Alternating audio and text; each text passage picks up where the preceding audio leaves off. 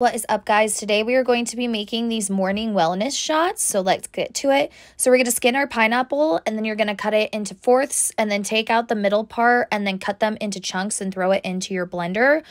We don't have to cut them up super small because we are going to blend all of this.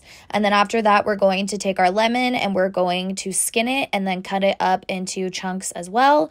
Throw in our peeled ginger and cut that up, and then our coconut water and our mint, and we're just going to blend that until it's completely blended up. And then I have a Juve juicer. Here's the deal, guys.